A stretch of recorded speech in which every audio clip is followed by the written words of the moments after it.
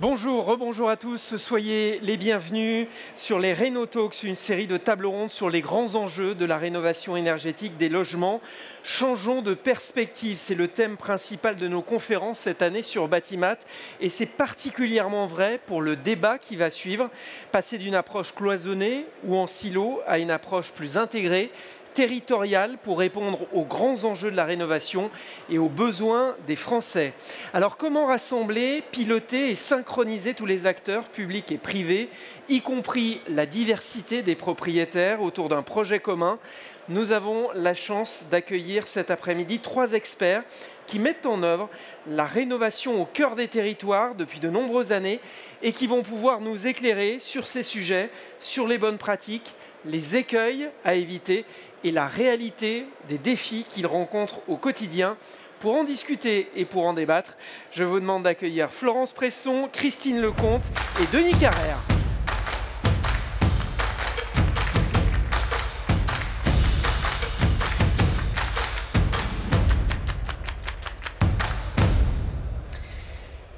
Bonjour à vous trois, Florence Presson, Christine Lecomte et Denis Carrère. Christine Lecomte, vous êtes architecte et urbaniste, directrice de l'École nationale supérieure d'architecture de Paris-Belleville. Vous étiez jusque-là présidente du Conseil national de l'Ordre des architectes et vous avez beaucoup contribué au débat sur les nouvelles manières d'habiter nos villes et même de réparer nos villes, pour reprendre le titre de l'ouvrage que vous avez publié en 2022. Denis Carrère, vous êtes urbaniste, associé cofondateur de la start-up Ville Vivante, président de l'Office professionnel pour la qualification des urbanistes. Vous avez accompagné 250 collectivités en France et à l'étranger pour des rénovations de l'habitat privé, vous nous en parlerez tout à l'heure. Et puis Florence Presson, vous êtes maire adjointe de la ville de Sceaux, en charge des transitions et coordinatrice du parcours de rénovation énergétique performante sur les territoires Grand Paris, Grand Est, territoire qui regroupe 14 communes. On commence avec vous, Christine Lecomte. Pourquoi rénover par îlot? Quels sont les avantages concrets? Alors, bonjour. La première chose qu'il faut dire, c'est déjà pourquoi rénover et pourquoi pas s'étaler, et donc pourquoi rénover par îlot et même peut-être intensifier. Alors, en fait, la question, elle est beaucoup plus large que ça. C'est-à-dire que les politiques publiques ont tendance à nous dire on va rénover en parcelle, comme ça, donc on donne de l'argent à la parcelle, et chacun se retrouve à devoir faire son petit bout de chemin tout seul, sans avoir finalement une approche qui lui permet finalement de choisir les meilleures prestations. Par exemple, vous prenez un habitant qui se retrouve à devoir rénover son patrimoine et qui se retrouve avec devant lui un artisan qui fait de l'isolation, on va lui vendre de l'isolation. C'est normal. Donc la question en fait de la mutualisation, et donc de passer à l'échelle de l'îlot, c'est d'avoir une meilleure prise en compte des sujets, plus largement, d'avoir un meilleur diagnostic de l'ensemble des composantes, le bâti, comment il se trouve, comment il se situe, etc. Souvent, c'est peu ou prou la même époque de construction, on arrive à trouver des similitudes, mais c'est également une façon de travailler à l'échelle d'un territoire plus vaste pour mutualiser des coûts d'études, pour mutualiser des coûts, par exemple, énergétiques. Qu'est-ce que vous allez avoir comme solution possible à mettre en œuvre pour mutualiser le chantier, et pourquoi pas pour trouver des solutions qui vont vous permettre même d'intensifier l'usage de la parcelle. Par exemple, tous les fonds de jardin qui ne sont pas utilisés et qui vont être mutualisés pour créer 1 ou 2 studios pour des étudiants qui vont être mis en location et qui vont rembourser en fait une rénovation. Donc globalement, changer d'échelle, c'est un réel moyen en fait d'avoir une vraie stratégie et de ne pas gaspiller d'argent public. C'est un réel moyen de prendre en compte à l'échelle d'un îlot la possibilité de recréer un lien social par la rénovation d'un quartier et la réparation d'un morceau de ville. C'est aussi un moyen de mutualiser les coûts et d'études et de diagnostic et de construction. Voilà, si on veut résumer. C'est très complet, merci beaucoup Christine. Et pour vous, Florence Presson, en tant qu'élue, est-ce qu'il y a une bonne échelle et si oui, laquelle?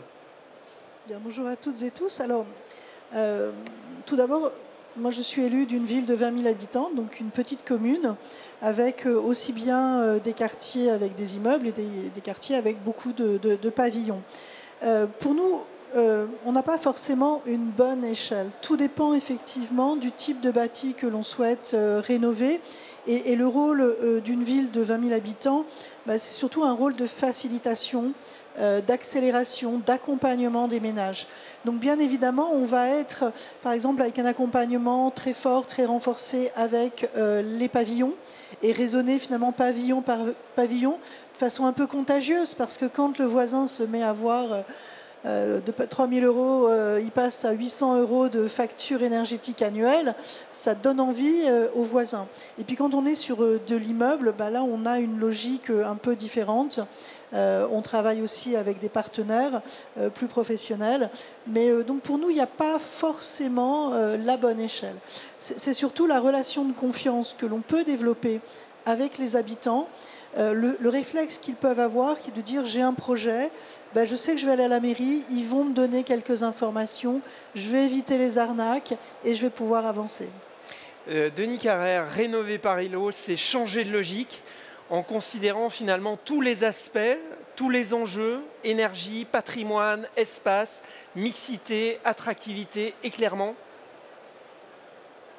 Alors, il y a deux questions en fait. Il y a la question de la rénovation et la question du soutien public à la rénovation.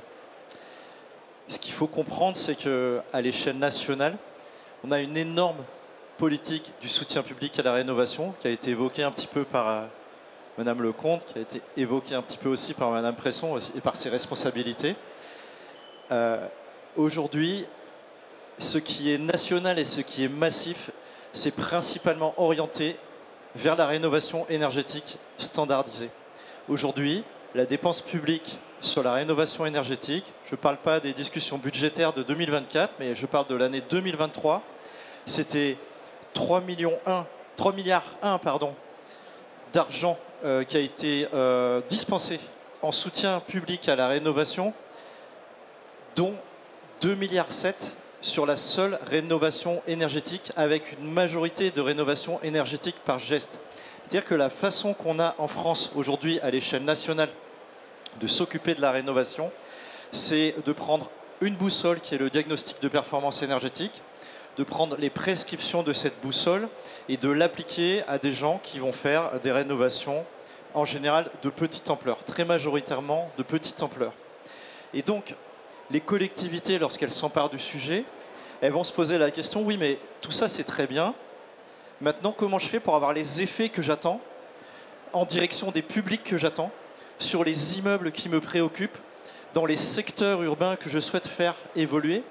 Et donc se pose la question, non pas de qu'est-ce qui est bien, quelle est la bonne échelle de rénovation, se pose la question de comment est-ce qu'on peut, au travers des politiques publiques, non seulement soutenir des rénovations, mais les diriger en fonction des effets qu'on souhaite obtenir.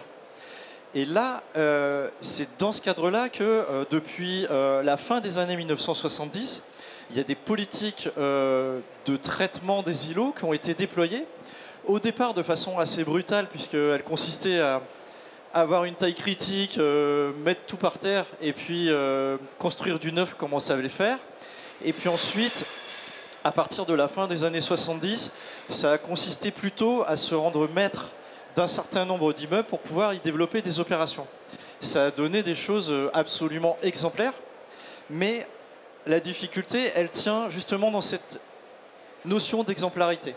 C'est-à-dire qu'il y a dans de nombreuses villes en France des opérations qui, quand on les visite, c'est vraiment magnifique. C'est-à-dire qu'on a réussi à conjuguer la beauté du patrimoine avec les attentes modernes.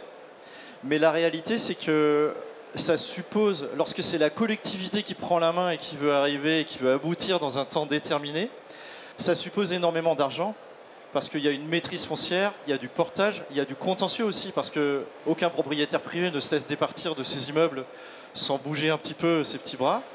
Il y a aussi les coûts qui sont liés à la rénovation. On parle de choses qui coûtent infiniment plus cher que de produire du neuf. Et donc, on a aussi la dépense d'énergie, on a aussi les procédures, on a aussi le souci d'identifier les professionnels qui soient capables de porter ces opérations. Et donc, on a des résultats qui sont extraordinaires, mais une difficulté, à les massifier. Donc on est aujourd'hui dans finalement une sorte d'articulation entre des politiques de massification de la rénovation, mais qui ont été essentiellement dans une standardisation de la rénovation énergétique, avec des petits travaux, et des opérations exemplaires très diverses selon les territoires, où on a réussi à, dans du bâti ancien, retrouver des éclairements, retrouver une distribution, retrouver des attentes par rapport au mode de vie moderne, mais en revanche, avec une difficulté à massifier cela, et pour toutes les collectivités qui se sont engagées, soit des échecs, pour, j'allais dire, une majorité d'entre elles, soit des réussites, mais à un très grand prix. Alors ça, c'est le constat. Parlons maintenant des solutions, des innovations, car chez Ville Vivante, vous proposez plusieurs innovations, dont un programme qui est intitulé Bounty. Alors d'abord, pourquoi ce nom et qu'est-ce qu'il y a derrière? Alors Bounty, ça veut dire deux choses. En ancien français, ça veut dire la bonté. Et on pense qu'il faut beaucoup de bonté, beaucoup de bienveillance, à la fois pour porter un regard sur les immeubles existants et considérer qu'ils ont encore des choses à nous apporter dans le présent et dans les années futures. Et d'autre part, il faut de la bonté pour prêter attention aux aspirations des personnes et à l'énergie de projet des propriétaires. La deuxième signification du mot Bounty, c'est en langage hindi, ça veut dire tisser, le tissage Bounty. Et donc c'est aussi la notion de se servir finalement de la ville comme une trame sur laquelle on va retisser ou on va reconfigurer des logements. En deux mots, et on sera peut-être amené à détailler dans un instant, mais le Bounty, ça consiste à créer des opérations d'îlots, c'est-à-dire essayer d'avoir une dynamique d'ensemble et s'adresser également à des thématiques qui ne sont pas prises en compte par les grandes problématiques nationales. L'assainissement, les éclairements, la distribution des pièces, la modernité, l'accès aux étages, la création d'espaces extérieurs privatifs. Aujourd'hui, c'est des conditions pour reconfigurer les cœurs de ville. En même temps, ce n'est pas pris en charge en direct par les politiques nationales. Donc là, c'est l'idée de prendre en charge ces sujets-là, de les prendre en charge à l'échelle de l'îlot ou de les prendre en charge à l'échelle du quartier, mais sans passer par la case... sans y aller de force, en faisant l'acquisition des immeubles qu'on n'a pas les moyens de faire, juridiques ou financiers, mais en passant par l'ouverture d'un service et en passant par les propriétaires, en leur offrant un service, soit qu'ils souhaitent développer des projets et en offrant un service sur mesure qui va s'adapter aux besoins du propriétaire, soit en offrant un service aux propriétaires qui n'ont pas vocation à porter des projets, mais qu'on va accompagner dans le fait de se défaire des immeubles qui ne peuvent pas porter. Alors, vous nous commentez très rapidement les quelques photos ou quelques dessins? Très rapidement, donc ça illustre un entretien avec une propriétaire dans un quartier que la collectivité souhaitait transformer. Cette propriétaire, elle vient trouver nos équipes parce qu'elle avait un problème de menuiserie, elle voulait changer ses menuiseries extérieures et savoir à quoi elle avait droit. Dans la discussion avec elle, dans l'attention qu'on lui a témoignée, on a posé la question de qu'est-ce qu'elle voyait par ses fenêtres, quelles étaient ses aspirations profondes, et finalement on s'est aperçu que cette dame, elle avait envie de faire un investissement locatif, et elle a fait un investissement locatif sur un bout de délaissé où son voisin mettait ses poubelles, et elle s'est retrouvée à changer ses fenêtres comme elle l'avait prévu, mais également à se créer une terrasse, à créer 2 logements locatifs et à faire son emplacement de voiture pour plus la mettre dans la rue, et simplement sans apport d'argent, mais simplement en lui donnant tous les points de déblocage qui étaient nécessaires à son projet. Et ça, c'est quelque chose qui a été reproduit à 250 fois dans la commune du Périgueux où était prise cette illustration. Là, c'est des illustrations de travaux qui ont été faits dans des secteurs ABF où il y a des séries d'immeubles qui ont pu être bougés simplement par une recherche d'options et en trouvant les bonnes options, notamment en ce qui concerne l'immeuble que vous voyez. Une des options consistait à redonner de la lumière dans les rez-de-chaussée en supprimant une terrasse et en recomposant complètement les immeubles. Et puis ici, vous avez une illustration de situation d'îlots en secteur urbain, c'est à Épinal, où vous voyez très bien que la configuration des immeubles ne permet plus d'y retrouver ce qu'on attend maintenant, c'est-à-dire espace extérieur privatif, éclairement, etc. Et où, par des travaux de recomposition d'immeubles, on a été en mesure de développer des espaces extérieurs privatifs et de redonner un attrait à ces immeubles-là, non pas en apportant de l'argent sur une thématique unique, mais en essayant de trouver les meilleures options dans un marché immobilier donné, avec un réseau partenarial donné et avec une écoute de la part des prescriptions de l'architecte des bâtiments de France. Je suis sûr que tout à l'heure, il y aura plein de questions sur ces projets et sur ce programme Bounty. Christine Lecomte, un exemple ou deux exemples de rénovation par îlot que vous avez réalisé de votre côté? En fait, la question, c'est comment est-ce qu'on va faire confiance à l'architecture et pas simplement à la technique, en fait. Donc, quand on voit les exemples qu'il y a ici, moi, en projet de fin d'études à l'École nationale supérieure d'architecture de Paris-Belleville, en fait, c'est quasiment que ça que font nos étudiants aujourd'hui. La régénération de la ville, refaire la ville sur la ville, trouver un moyen de mutualiser les espaces, de redonner du confort d'été, de travailler à la perméabilité des sols, de redonner de la lumière, en fait, d'utiliser la soustraction dans le bâtiment au lieu de rajouter pour redonner un peu d'espace et de place en fonction de logique de traversant dans les bâtiments pour aérer, etc. Aujourd'hui, en fait, c'est vraiment quelque chose qui a pris le pas sur le neuf. D'ailleurs, si on prend le neuf, c'est très peu de pourcentage de la construction par rapport à la réno. Donc, le problème, c'est que le processus pour faire de la réno aujourd'hui, il n'est pas si facile que ça. Il est plus complexe. Tout à l'heure, je vous parlais de diagnostic. La première chose qu'on fait quand on fait ce type d'opération, dans tous les cas, on doit diagnostiquer l'existant. Et ça, c'est quelque chose que dans le neuf, on ne fait pas. C'est-à-dire, on a une table rase et puis on vient, en fonction du règlement, on pose. Quand on est dans la ville existante, on part du déjà là. Et en fait, le déjà là devient matière à projet. Par exemple, si je prends la ville de Saintes, la ville de Saintes avait un îlot central avec des maisons qui faisaient le pourtour de l'îlot, des maisons de ville. Donc imaginez, maisons de ville sur deux étages, jointives, qui font le tour de l'îlot. Et au centre, il y avait encore la vieille trame foncière des maraîchages. Mais on ne pouvait pas y accéder. Ce qui fait que cet îlot qui était très vaste, les gens étaient obligés de tourner autour pour aller de l'école au centre-ville parce qu'en fait, il n'y avait pas de passage. Et en fait, en diagnostiquant l'îlot, on s'est rendu compte que les jardins au centre étaient très larges, très vastes, qu'il y avait possibilité, parce qu'ils étaient pour la plupart en friche, de travailler à une forme de rénovation de l'ensemble du bâtiment sur le pourtour en trouvant des ouvertures. Et ils ont fait des venelles, donc des petites routes, des petites voies piétonnes qui en fait ont relié les deux rues qui étaient l'une de chaque côté. Et en fait, en créant des maisons individuelles, mais pas de lotissement comme on peut voir dans l'image d'Épinal qu'on a, mais des maisons adaptées à cet îlot, rez-de-chaussée très bas avec des jardins et en fait en ayant de la couture urbaine. Donc quelque chose qu'on fait de manière assez régulière en projet d'architecture. La problématique aujourd'hui qu'on a, c'est de faire ces projets. C'est-à-dire de trouver auprès des élus locaux, de trouver auprès des services de l'État la possibilité et la matière de faire ces projets. Alors, il y a une mutation intrinsèque du tissu pavillonnaire. Si vous allez par exemple à Montreuil, vous connaissez sans doute Montreuil, vous regardez un petit peu comme ça, toutes les maisons sont soit surélevées, soit vous avez une extension à l'arrière. Il y a toujours un plus qui a été fait, mais un par un. Et le problème, c'est que quand on fait un par un, on ne travaille pas sur ce que ça peut apporter pour l'ensemble. Et souvent, on peut se retrouver avec ce qu'on appelle des parcelles en drapeau. Et ça, c'est notamment parce que dans les plans locaux d'urbanisme, on oblige encore, alors là, il y a eu des jurisprudences dernièrement, mais on oblige à mettre des places de parking quand on fait une extension ou on rajoute du logement sur sa parcelle. Résultat, vous pouvez vous retrouver avec, imaginez, 3 parcelles à côté avec 3 maisons et 3 personnes qui veulent densifier derrière et avec 3 routes comme ça qui mènent vers 3 autres bâtiments. Donc totalement idiot, puisqu'en fait on ne mutualise pas. On se retrouve avec des parcelles très imperméabilisées et on perd ce qu'il y a de plus intéressant dans ces parcelles-là, le fait qu'il y ait de la biodiversité en cœur d'îlot.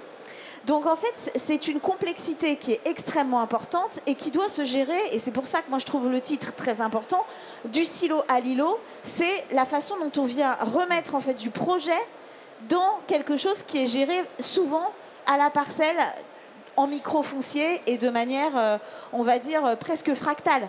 C'est-à-dire que si vous faites ça un par un et que vous divisez, vous vous retrouvez avec 2 choses beaucoup plus complexes à gérer. Et plus c'est petit, plus c'est complexe. Voilà. Oui, vous l'évoquiez, chaque territoire a sa complexité et donc il faut apporter une réponse spécifique à chaque territoire. Oui, alors le XXe siècle a effectivement apporté son lot de standardisation de modèles. Donc, on a eu les grands ensembles, on a eu la maison individuelle de lotissement, etc., etc. Si on revient avant, on se rend compte que la ville a toujours été une forme de palimpseste, c'est-à-dire un peu un moment qu'on répétait, on construisait la ville sur la ville d'une manière assez sédimentaire. Donc, on construisait un étage en plus, on gardait un bout de bâtiment, et ça, on en a plein d'exemples dans la ville. Au XXe siècle, on a plutôt fait autrement, c'est-à-dire qu'on est allé s'étendre sur les champs, et on a un peu oublié les caractéristiques de nos territoires, c'est-à-dire où est-ce que passe l'eau. Et l'eau, c'est la priorité dans la géographie des territoires, c'est-à-dire ça devrait être notre base à tous. Et en fait, les caractéristiques ont disparu. Et donc aujourd'hui, la réparation de la ville, c'est aussi retrouver nos caractéristiques et repartir en fait de ce qui fait qu'on habite à Sceaux, et qu'on n'habite pas à Vire en Normandie ou à Grenoble. Et donc tout ça, en fait, ça demande en fait de l'étude du projet, cet amont, ce diagnostic, et qui se fait à toutes les échelles. Sinon, vous pouvez être sûr qu'un propriétaire habitant, quand vous lui présentez, quand il veut par exemple rénover ou faire une petite extension et qu'il se retrouve devant le plan local d'urbanisme, qu'on lui tend le règlement de sa zone, je sais pas, parce qu'on lui donne pas le plan local, on lui donne le règlement de sa zone, et qu'il voit vous devez mettre un mur pour entourer votre jardin, et que lui ne comprend pas pourquoi il doit mettre un mur et pas une grille, ou pourquoi il n'a pas le droit de... En fait, on impose des règles sans expliquer aux gens le projet et pourquoi ils vivent là. Donc aujourd'hui, en fait, l'un des enjeux, c'est aussi de se rappeler pourquoi on vit là. Et dans la rénovation, dans la réparation, c'est un projet collectif. Donc c'est un récit, un nouveau récit de ville qu'on doit construire. Et de ce fait, ça demande énormément de temps, de dialogue, de mise en place. Et c'est pas simplement, on a un champ sur lequel on vient tartiner des maisons, tartiner de l'immeuble. Et où là, on a un vrai sujet, c'est qu'après, on n'imagine pas ce que ça fait en termes de dégâts sociaux et économiques. Et environnementaux, mais ça, on le sait déjà. Florence Presson, en quoi consiste l'expérimentation que vous avez menée sur 14 communes de Grand Paris Grand Est, une expérimentation appelée Territoire zéro exclusion énergétique? Oui, tout à fait. Alors, sur ce territoire de 14 communes, dans le 93, on a mis en place ce qu'on appelle un parcours de rénovation énergétique performante pour les maisons. Pour les maisons, parce qu'on se rend compte que sur une commune, et ces communes du 93, c'est à peu près 40% du logement, c'est en maison individuelle, les émissions de gaz à effet de serre représentent 70%.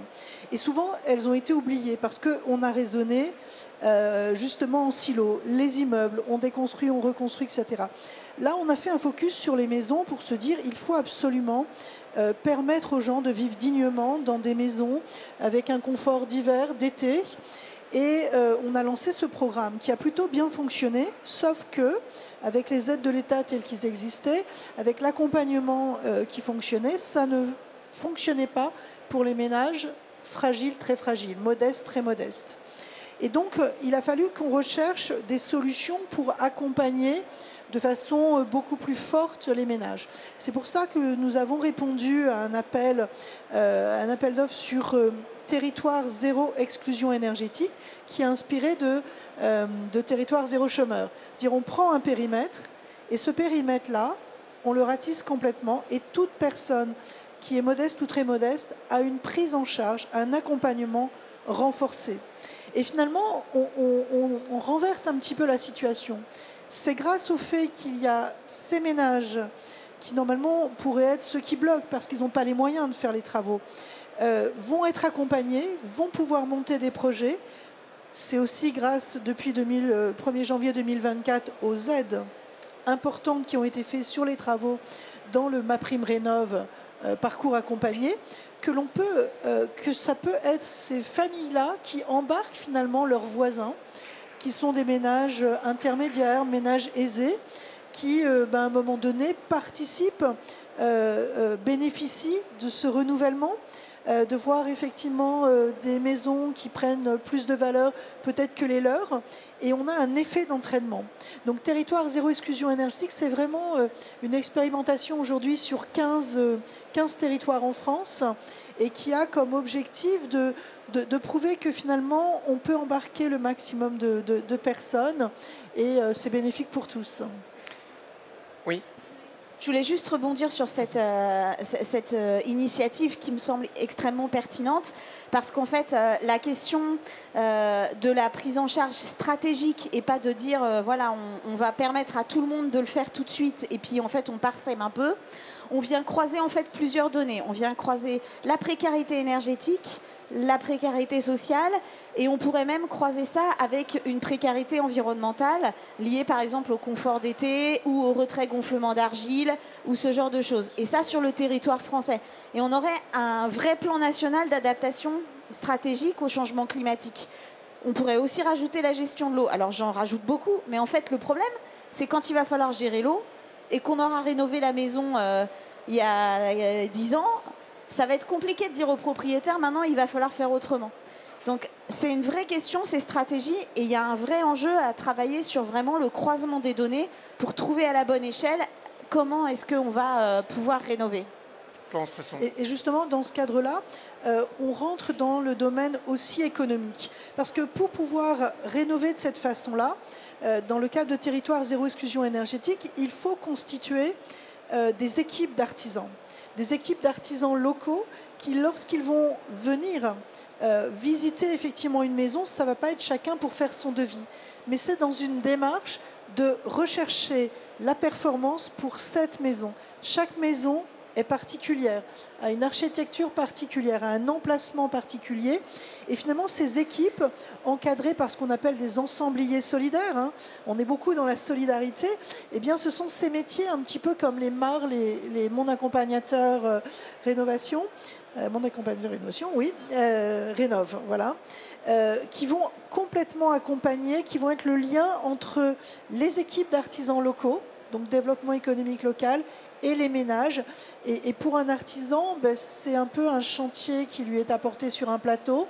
C'est aussi une garantie d'être payé parce qu'il y a énormément d'aide pour ces ménages-là.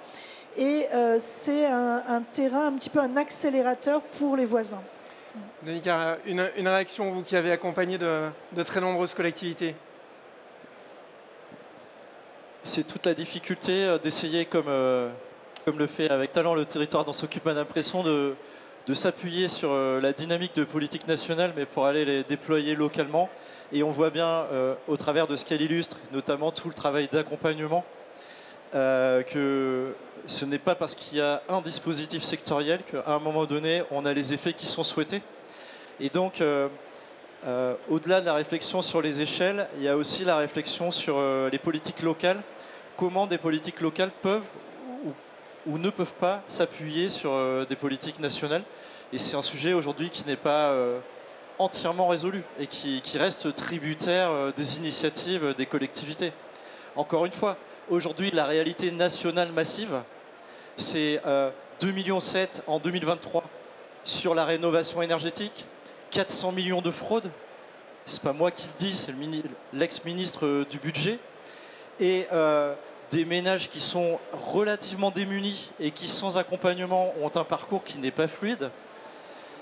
C'est quelque chose qui est vraiment très difficile à massifier si on considère qu'on n'aura pas cette acceptation-là pendant des années et si on n'aura pas cet argent-là pendant des années, sachant qu'il n'y a aucun levier suffisant et qu'il n'y a pas d'effet démontré sur les émissions carbone. C'est-à-dire qu'on a une politique nationale de la rénovation qui n'a pas d'effet démontré sur les émissions carbone des ménages. Il n'y a pas d'effet démontré au point qu'il y a même le contraire, c'est-à-dire un effet démontré sur les rebonds.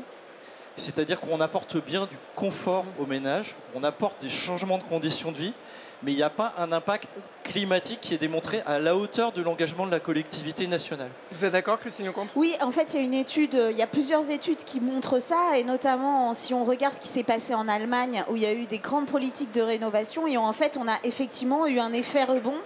Les ménages qui ont pu en profiter ont soit chauffé plus pour avoir un niveau de confort correct, soit dépensé dans d'autres choses qui consomment du carbone. Et donc, en fait, globalement, ça ne fonctionne pas. Voilà. Donc, et en France, on se rend compte, et il y a une étude de l'ADEME, Trémy, qui le montre, que s'il n'y a pas d'accompagnement en amont, notamment avec des architectes ou des maîtres d'œuvre qui ont l'habitude, on n'arrive pas aux performances. C'est-à-dire que finalement, le bien n'est pas performant. Donc on a encore beaucoup de progrès à faire globalement dans la chaîne, ça c'est sûr. Mais il ne faut pas limiter cette dynamique parce qu'en fait, vers la rénovation énergétique, c'est aussi le confort d'été. Il faut quand même savoir qu'on arrive à plus 4 degrés, même si on a un super mois de septembre, je vous l'accorde, mais on arrive quand même à des augmentations qui vont être conséquentes. Et si on regarde en fait les températures, on a autant besoin de gérer la précarité estivale que hivernale. Donc là, on a un vrai enjeu à ce que nos maisons et nos rénovations se font. Parce que là, c'est même plus une question d'énergie, c'est une question d'adaptation de nos logements et de confort et même de vie. Et là, il y a des choses qu'on n'a pas mis en place en France. Et je dézoome un petit peu, peut-être pour ouvrir le débat, mais je pense que dans certains territoires, quand on met beaucoup d'argent sur la rénovation, on sait qu'on va utiliser, par exemple, beaucoup d'isolants. Aujourd'hui, utiliser du polystyrène, c'est très nocif pour la biodiversité. C'est-à-dire que souvent, l'artisan va le découper dans le jardin. Les petites billes de polystyrène vont tomber dans le sol et en fait là vous avez un impact pour le sol qui est extrêmement mauvais sur plusieurs centaines de milliers d'années et par contre vous avez des performances énergétiques qui ne sont pas au top, notamment au niveau du confort d'été. Et en plus les aides payent des matériaux qui viennent de très loin parce qu'en fait on ne produit pas ces matériaux en France. À l'inverse, si on se disait les aides de l'État sont là pour aider à un investissement dans le développement de filières de matériaux locaux, biosourcés, gérant le confort d'été, là, on y gagnerait. Parce qu'en fait, au lieu d'être dans la dépense d'État, on serait dans l'investissement d'État. Et on sait que même si on n'arrive pas à avoir les performances thermiques pour l'hiver, on aura le confort d'été. Et on aura créé des emplois dans des filières où il y a à proximité de chaque territoire des possibilités de faire. Et ça, effectivement, ça demande de décloisonner un peu les silos. Ça ne dépend pas des élus locaux, même s'ils ont une vraie parole. Parce que moi, je pense qu'aujourd'hui, il faut les écouter.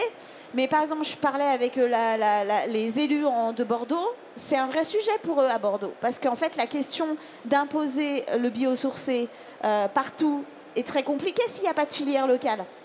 Donc la question, c'est comment est-ce qu'à l'échelle d'une région, on prend la possibilité de développer ces filières pour permettre qu'ensuite, toute la filière se mette en place. C'est-à-dire, si vous êtes un architecte et que vous prescrivez du chanvre dans l'isolant, vous allez en trouver à proximité.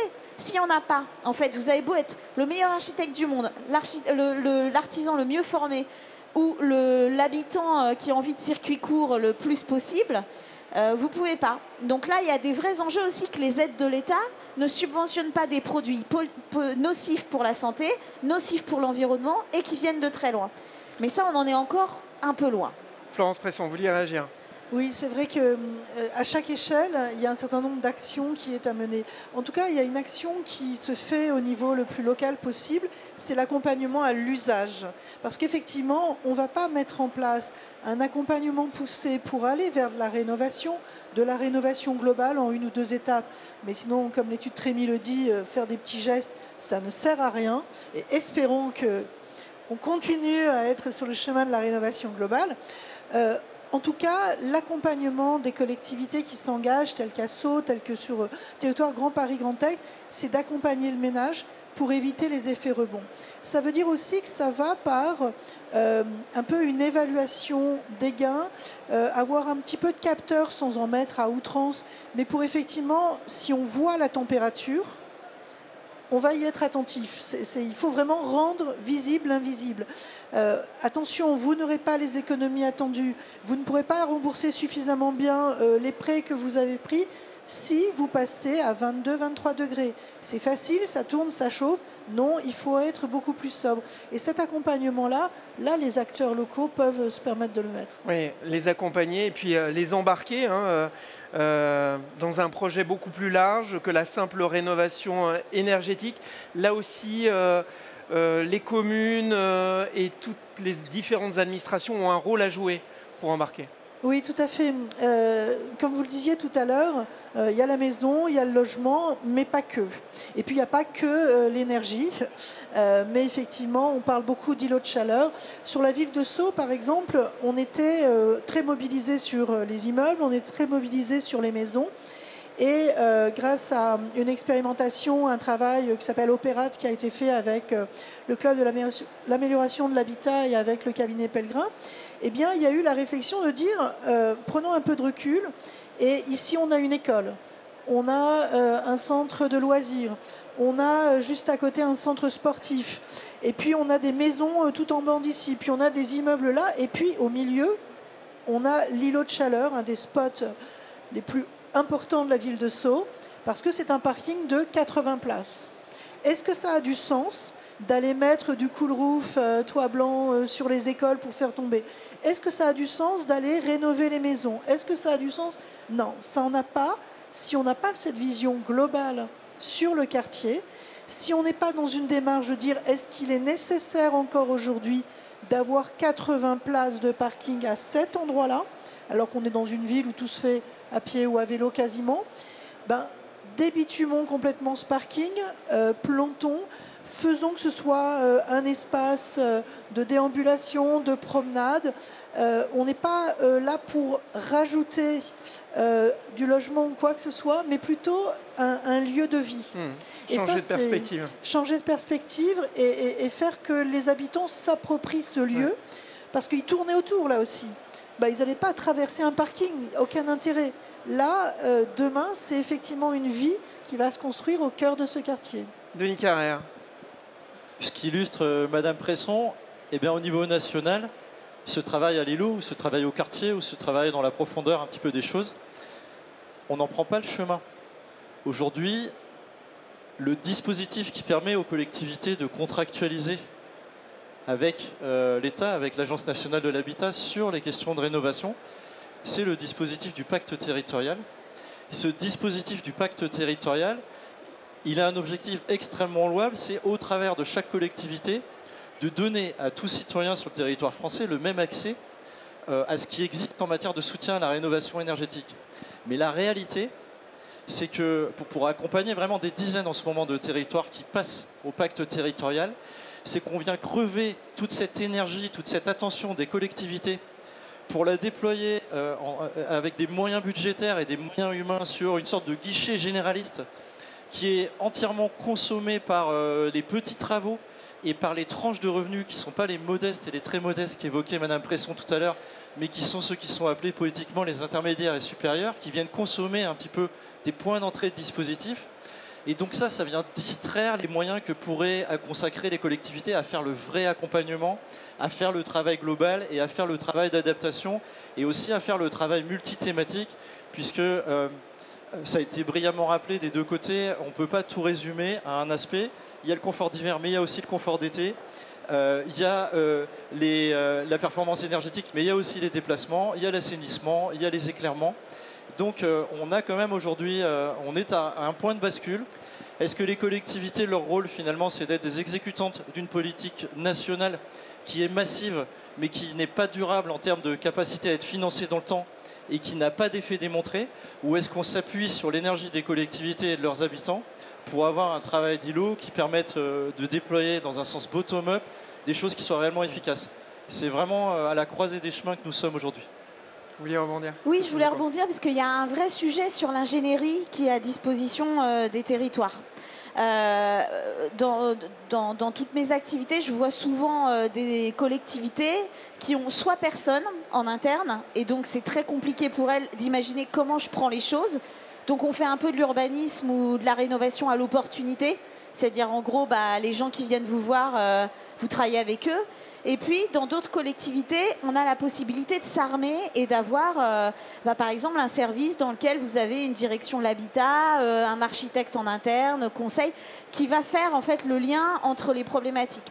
Et la problématique à l'îlot, et la problématique, notamment, de savoir dézoomer une situation et de pouvoir l'envisager dans toute sa complexité, ça ne peut se faire qu'avec de l'étude, qu'avec du process en amont, qu'avec vraiment ce lien-là. En fait, on ne le décrète pas sinon, parce que cette question du diagnostic, elle est hyper importante. En fait, il faut le voir un peu comme si on était un chirurgien et qu'on se retrouvait devant une opération à faire. Vous n'opérez pas un bébé comme une personne âgée. C'est pareil. En fait, la rénovation, c'est d'abord un diagnostic pour savoir là où il faut aller, là où il y a les points sensibles, etc. Et donc ça, c'est vraiment essentiel à prendre en compte. Alors vous le disiez, Christine Lecomte, chaque territoire a ses spécificités, sa complexité, et puis même au sein même d'un territoire, tout le monde n'a pas les mêmes intérêts, les mêmes besoins. Alors comment est-ce qu'on fait pour fédérer et embarquer tout le monde dans un projet ? C'est très bon. Déjà, c'est pas simple. Hein. Le jeu d'acteur est jamais simple parce que vous pouvez avoir un îlot dans lequel vous avez une dent creuse où il y a un promoteur qui va construire, d'autres endroits où vous avez quelques logements sociaux et puis du pavillonnaire. Donc en fait, la question c'est comment on embarque tout le monde. Vous avez raison.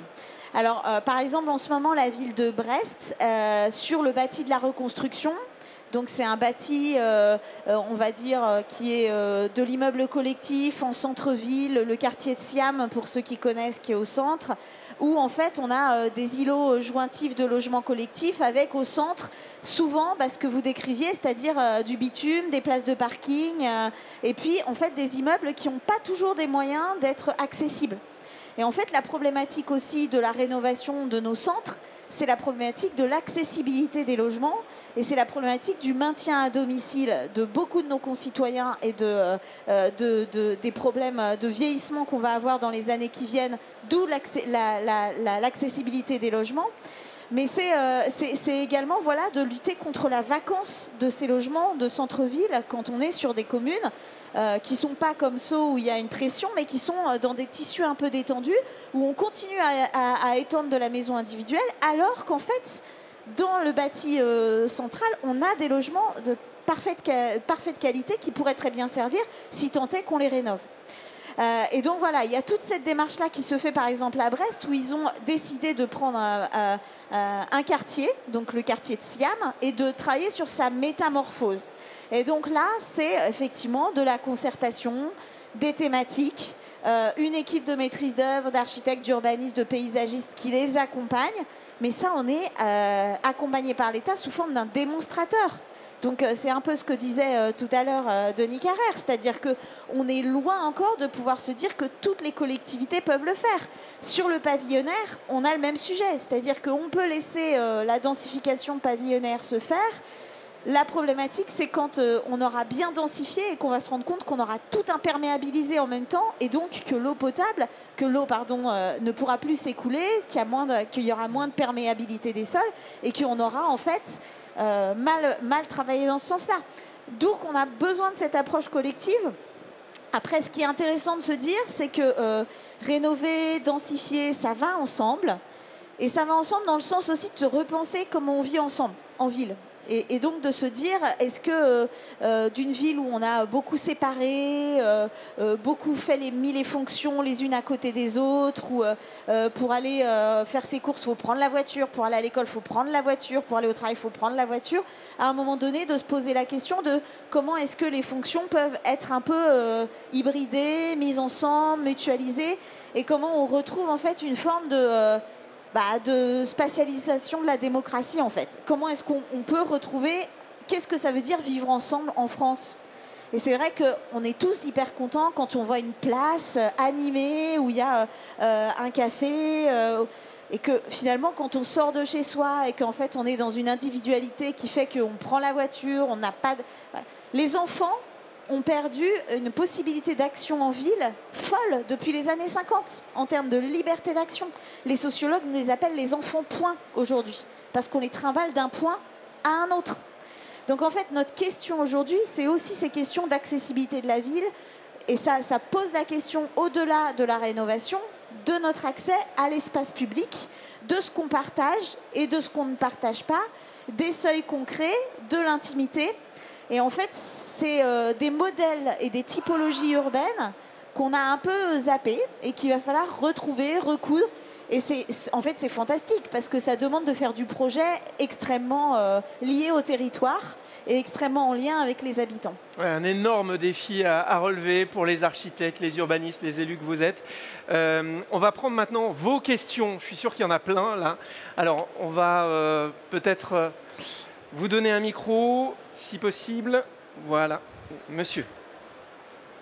Bonjour, Jean-Pascal Chira, délégué général du Club de l'amélioration de l'habitat. Évidemment, je bois vos paroles parce que tout ce que vous dites est plein de bon sens et nous partageons donc complètement toute l'approche rationnelle de réflexion. Mon sujet, et vous le savez, puisque je crois que Christine l'a évoqué, c'est la très forte diversité des territoires français, et notamment en termes de valeur immobilière, en termes de valeur au mètre carré. Ce qui fait que dans certaines zones, des opérations de rénovation sont rapidement rentables, on le comprend tous aisément, et dans d'autres cas, surtout pas rentables. Or, on a bien en face de nous une population qui est la même, les Français, et qui est finalement soumis aux mêmes problématiques, celles de la vie en ville, etc. Donc ma question, c'est effectivement comment aujourd'hui pouvoir adresser un message qui est le même finalement à des territoires dans lesquels on peut trouver des valeurs immobilières à 1 000 € du mètre carré, comme 10, 15, 20 000 € du mètre carré, et vous le savez fort bien. Donc cette énorme diversité crée une problématique, bien sûr, mais avec quand même un dénominateur commun qui est celle que les experts du bâtiment que vous êtes doivent pouvoir trouver des solutions, somme toute, qui permettent à la population de répondre à ces objectifs que nous avons tous de développement durable, c'est-à-dire social, économique et environnemental. Voilà, c'est ça la question importante, notamment qui se pose à nous. Qui veut prendre la réponse? Denis Carrère? Peut-être, oui, bonjour. Peut-être une forme de réponse, c'est plutôt un témoignage. On parlait tout à l'heure des expérimentations Bounty qu'on a pu faire avec Ville Vivante. Et en fait, ces expérimentations, elles sont nées dans un territoire qui était un grand territoire rural de 152 communes dans les Vosges, où les niveaux de prix sont extrêmement bas. Et donc, après avoir pratiqué avec bonheur un certain nombre de rénovations d'îlots dans des territoires où finalement les niveaux de prix permettaient de développer des opérations avec des porteurs qui pouvaient retrouver leurs petits, là on se disait qu'est-ce qu'on va faire. Christine Lecomte parlait tout à l'heure des gens qui pouvaient financer des rénovations en vendant un bout de jardin. Le bout de jardin dans les Vosges, il vaut même pas 10 000 €. Pour 700 ou 1000 mètres carrés, il y a des gens qui récupèrent 6 000 €. Et on a commencé à travailler sur des personnes âgées qui étaient dans des maisons trop grandes, qu'on a recoupées en deux, dont une partie a été mise en location, une partie a été utilisée comme pour la famille qui l'a racheté, un petit bout de jardin qui a été vendu, et avec ça, on est arrivé à payer la rénovation énergétique, l'adaptation, etc. En fait, et aussi des accompagnements donc, finalement qui sont venus sur mesure apporter les solutions aux problèmes tels qu'ils étaient formulés par les gens, et travailler aussi beaucoup sur quelque chose dont on n'a pas parlé, qui est l'autoréhabilitation, puisque c'est des territoires où les valeurs foncières et immobilières sont très faibles, mais aussi les revenus sont très faibles, et avec des gens qui ont quelquefois de l'or dans les mains et pas beaucoup d'or dans le compte en banque. Et donc la question qui a été posée tout à l'heure, c'est comment est-ce qu'on embarque les gens. Donc il y a une façon d'embarquer les gens qui est plus adaptée aux territoires tendus, où on dit voilà ce qu'on veut, et puis si vous n'êtes pas d'accord, on essaie de vous convaincre, si vous n'êtes pas d'accord, on vous achète l'immeuble, il y a quand même des moyens pour ça. Et on développe le projet qui est voulu par la collectivité, qui peut donner des choses extraordinairement réussies. Ou alors il y a les territoires qui sont trop grands, où on n'a pas les moyens, où les gens n'ont pas les moyens, et là la façon de les embarquer, c'est de se mettre à leur service pour trouver des solutions qui soient praticables par eux, et pour leur donner des outils pour finalement mettre en œuvre les solutions qu'ils ont imaginées eux.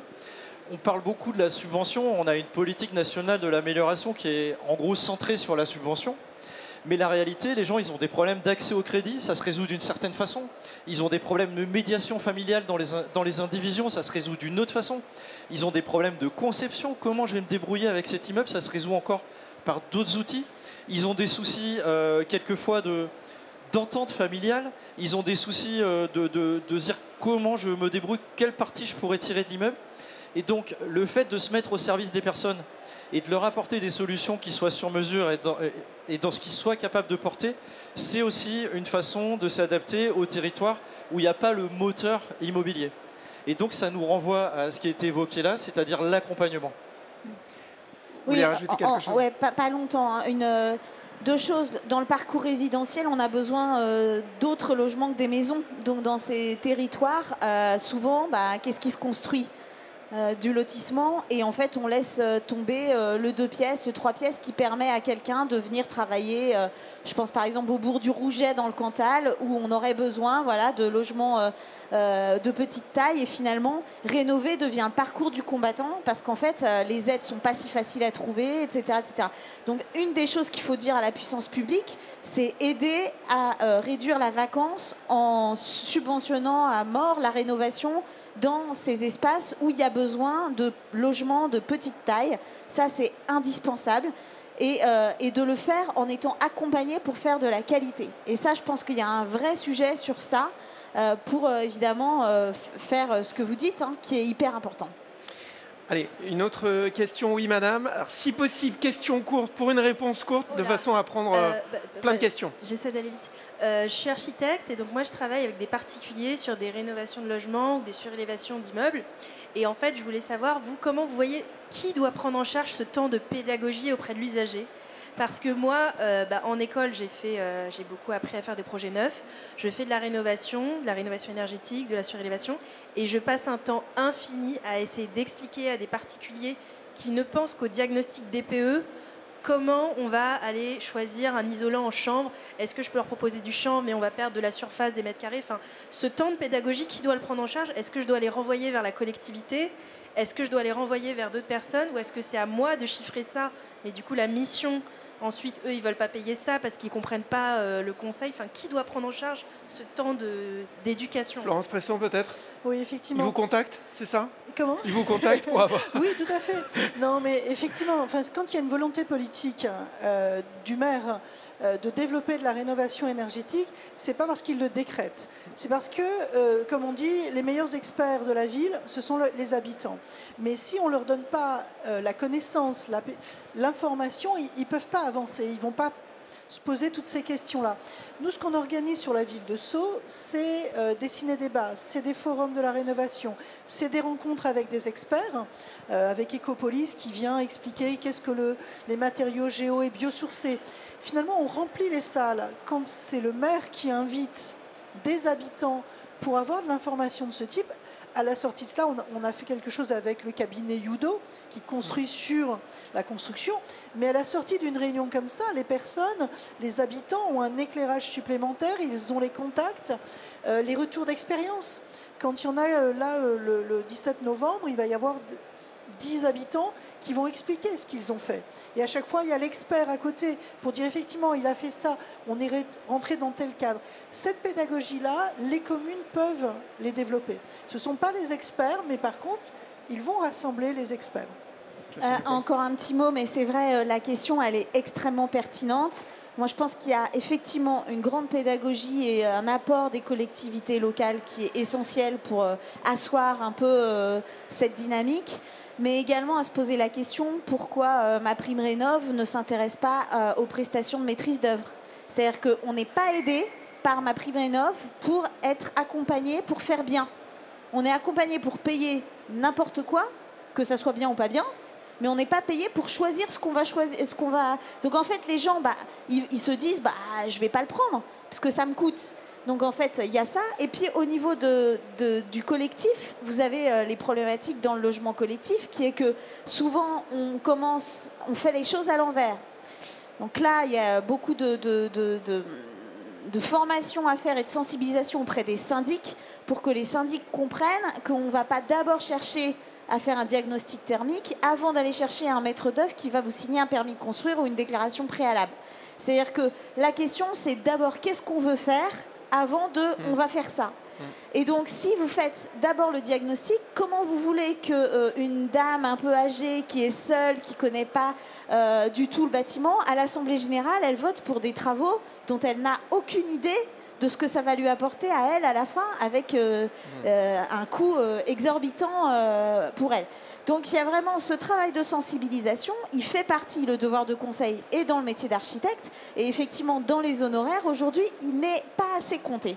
Et ça, bon, là je reprends une casquette que j'avais avant, mais il y a un vrai enjeu collectif à reconnaître la pertinence de l'accompagnement en amont, du diagnostic en amont, parce que sinon, effectivement, soit on va arriver au blocage, soit on va arriver à des mauvaises situations, ou alors on va se retrouver comme une collègue dernièrement, où on avait posé une fenêtre triple vitrage, donc super, mais il n'y avait pas de joint autour.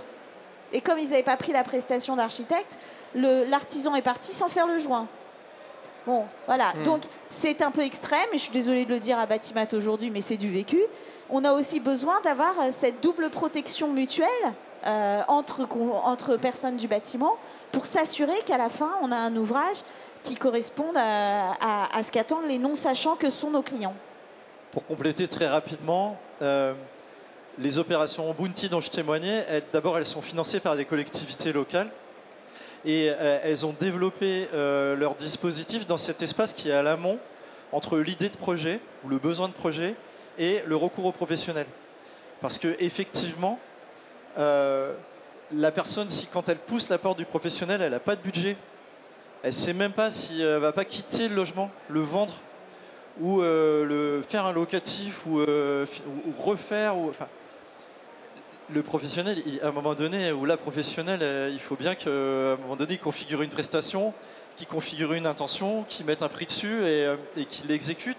Et donc, il y a bien sûr qu'il y a un enjeu de conception à l'amont du recours aux professionnels. Ce n'est pas un enjeu de conception en substitution des professionnels, parce qu'il ne serait pas assez malin pour le faire. Christine Lecomte l'a bien dit. Tous les jours au petit déjeuner, vous faites des projets comme ce qui a été montré.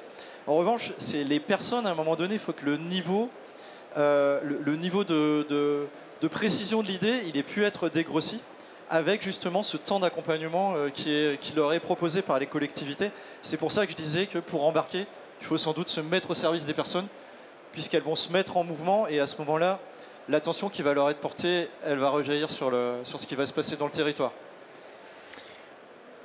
Une autre question ?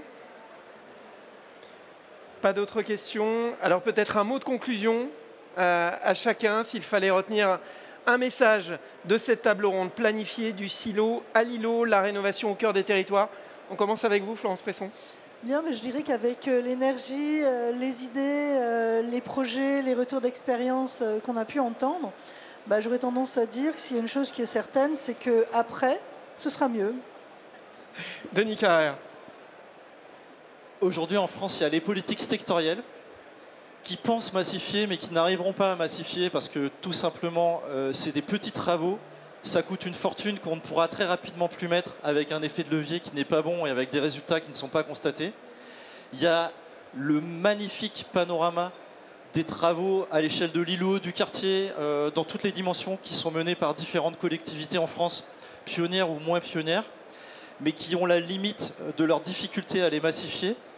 Et puis, il y a également porté par des collectivités, des opérations qui partent plus de la base, des opérations bottom-up, qui créent des services. Ces services-là sont massifiables, leurs résultats sont sur mesure, mais l'ingénierie du service, elle est massifiable et c'est elle qui doit être soutenue aujourd'hui. Christine Lecomte. Oui, pour compléter, peut-être dire qu'en fait, tout ça, c'est très positif et qu'en fait, même si on se dit, oh là là, on a tout ça à faire, au fond, en fait, on se questionne vraiment sur comment on veut vivre ensemble. Et donc, ces moments de rénovation qui sont un peu élargis, c'est des questions où c'est des moments où en fait, on se positionne sur, ça veut dire quoi de vivre à côté de mes voisins, à côté de voilà. Et comment est-ce que ça crée des nouvelles économies, des nouvelles façons de partager les territoires, des nouvelles façons de vivre, qui correspondent aussi aux enjeux de notre époque, parce que on le dit beaucoup, mais en fait, on a quand même un vrai changement de paradigme à faire. Et cette transformation qui est massive, on peut bien la vivre. C'est-à-dire, on peut bien la vivre si on la soude avec une transformation sociale. Et donc, c'est vraiment le mot de la fin pour moi, c'est que ça ne peut être que positif si on fait du projet. Voilà, projet.